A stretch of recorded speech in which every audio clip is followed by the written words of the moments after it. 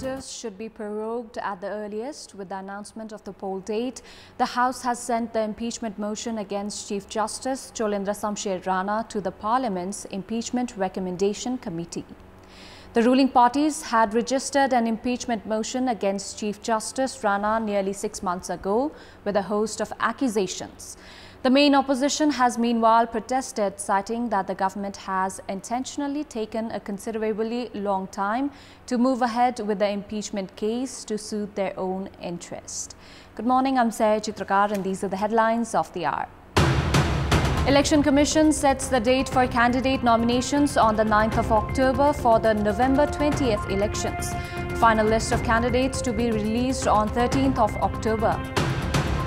Impeachment motion against Chief Justice Rana sent to the Parliament's Impeachment Recommendation Committee. The main opposition miffed at a late timing of the move. A ceasefire between Israel and Palestinian militants comes into effect after 3 days of violence, which leaves at least 43 people dead. Death toll includes 15 Palestinian children. And Erling Haaland makes his mark in the debut match for Manchester City with 2 goals against West Ham. A perfect start for City as Manchester United falter. The Election Commission has set the date for candidate nominations on 9th of October for the November 20th elections of the Provincial Assembly and House of Representatives. As per the election schedule sanctioned by the Commission yesterday, candidate nominations fall on 9th of October, followed by the release of the final list of candidates on 13th of October, as electoral symbols will be handed to the candidates on the same day. It means that the parties and the candidates will have just over a month's time for poll publicity. Parties will be allowed to stage election campaigning till 17th of November midnight. The Election Commission has planned to delineate voting booths and stations by 17th of October. Parties have been assigned 2 days on 18th and 19th of September to produce closed list of candidates for the proportionate elections. Registration of political parties for the upcoming provincial and parliamentary elections on 20th of November has begun from yesterday.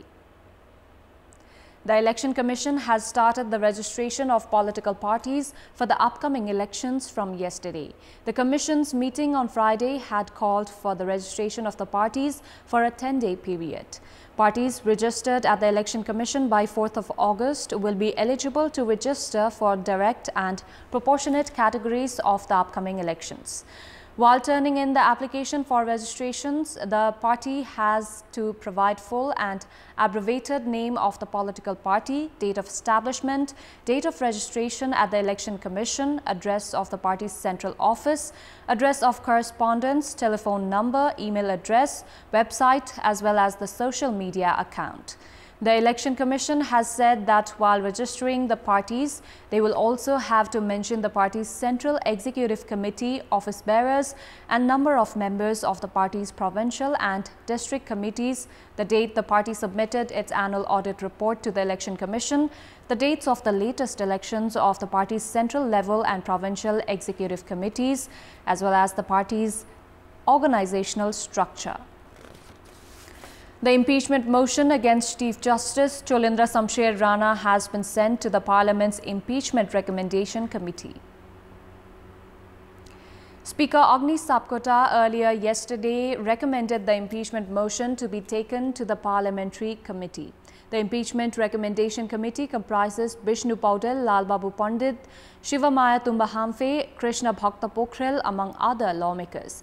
The ruling parties, including Nepali Congress, CPN Maoist Centre and CPN Unified Socialist, had registered the impeachment motion just over 5 months ago.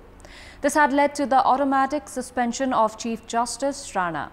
Meanwhile, main opposition lawmakers from CPN-UML objected to the government move, saying that the decision to forward the impeachment motion has come too late, some 5 months after it was registered and the term of the parliament nearing an end. The ruling parliamentarians in the meantime said that the impeachment motion should be endorsed from the parliament as Chief Justice Rana did not execute his works as per the dignity of his post. Some 98 lawmakers from the ruling Nepali Congress and CPN Maoist Center, among others, had registered the impeachment motion against Chief Justice Rana, alleging him of standing against democracy, human rights, rule of law, and failing to abide by the supremacy of the Constitution. A two-thirds majority is required from the Parliament to impeach the Chief Justice. 4 more months of the term of the House of Representatives now remains, while the Impeachment Recommendation Committee has 3 more months to furnish a report on the impeachment. The first 5 years of province governments were more engaged in political gambits rather than exercising federalism, formulation of laws, and good governance. Bagmati province had similar issues to narrate as the province witnessed the change of chief ministers on 3 occasions and change of province chief 3 times as well. The cabinet was expanded 9 times in the name of development, whereas the public grievances remained intact. During the 4.5-year tenure of Bagmati province, the province name was finalized, while the provincial capital was also determined. 55 main bills and 15 amended bills were endorsed by the Bagmati Provincial Assembly that led to the formulation of 66 acts. In terms of development works, there is nothing substantial to write home about, as the first term of the Bagmati provincial government has been deemed lackluster. The Bagmati provincial government found itself more engaged in power equation rather than listening to public grievances. It's been 7 months that CPN Unified Socialist leader Rajendra Pandey assumed the role of the Chief Minister. Chief Minister Pandey, despite tall promises, failed to intensify development works as the development budget worth 19 billion rupees was frozen. Meanwhile, the Pandey-led government did not even set aside the budget for the pride projects listed by the previous governments. In our Public Voice segment, we had asked people in several provinces why have political parties been overlooking financial transparency. Let's take a look at what they had to say. Public Voice. व्यक्तिगत स्वार्थमा लागिरहेछन् जनताको सेवामा भन्दा पनि बढी कमाउ धन्दामा लागेर पार्टीले आउने स्रोतै के हो भन्ने कुरो यकिन देख्दिन मैले कहीं त्यही भएर विभिन्न माध्यमबाट पैसाहरू ल्याएको हुन्छ अनि त्यो देखाउन गाह्रो भएकोले उहाँहरूले सबैको सामने देखाएको हुँदैन। नेताहरू बीच आपसी तालमेल नभएको हुनाले प्रतिवेदन पेश नभएको होला। वैधानिक अवैधानिक स्रोतबाट आम्दानी भएको हुन्छ। सरकारबाट कर छल्नका लागि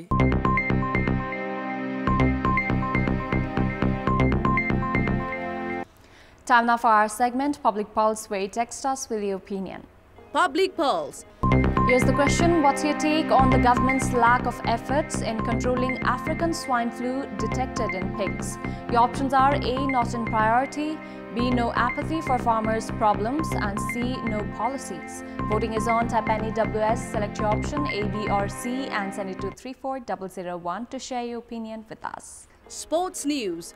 The swimming pool at the International Sports Complex at Saddobato, Lalitpur, constructed by the National Sports Council for International Competitions, has been generating good revenue by opening the pool to the public when it is not used by national swimmers. The swimming pool, which was constructed for the 13th South Asian Games in 2019, has been crowded with people this summer, as 300 to 1700 people have been coming to the swimming pool on a daily basis. With an entrance fee of 200 rupees per person, around 2.5 million rupees is being collected every month. The National Sports Council has been spending the collected amount in the maintenance of the swimming pool and distributing salaries to the employees. Nepal's only international standard swimming pool making extra money has given some respite to the National Sports Council. The swimming pool was closed for months due to the COVID-19 pandemic. However, the council collected 13.5 million rupees in the Nepali calendar year 2071, 8 years ago. The swimming pool, which opened from 27th of April earlier this year, has collected 6,939,000 rupees so far. On 16th of July last month, 341,180 rupees was collected on a single day when more than 1,600 people came to swim. The swimming pool is open to the public from 10 a.m. till 12 noon and from 1 p.m. till 3 p.m. The swimming pool is used for practice by national swimmers after 4 p.m. Special emphasis has been given to the purity of the swimming pool's water, while safety has also been given equal priority.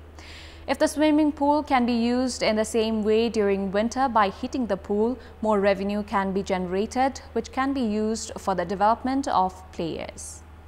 And before wrapping up, here's a look at the top stories once again. Election Commission sets the date for candidate nominations on 9th of October for the November 20th elections. Final list of candidates to be released on 13th of October. Impeachment motion against Chief Justice Rana sent to the Parliament's Impeachment Recommendation Committee. The main opposition miffed at late timing of the move. A ceasefire between Israel and Palestinian militants comes into effect after 3 days of violence, which leaves at least 43 people dead. Death toll includes 15 Palestinian children.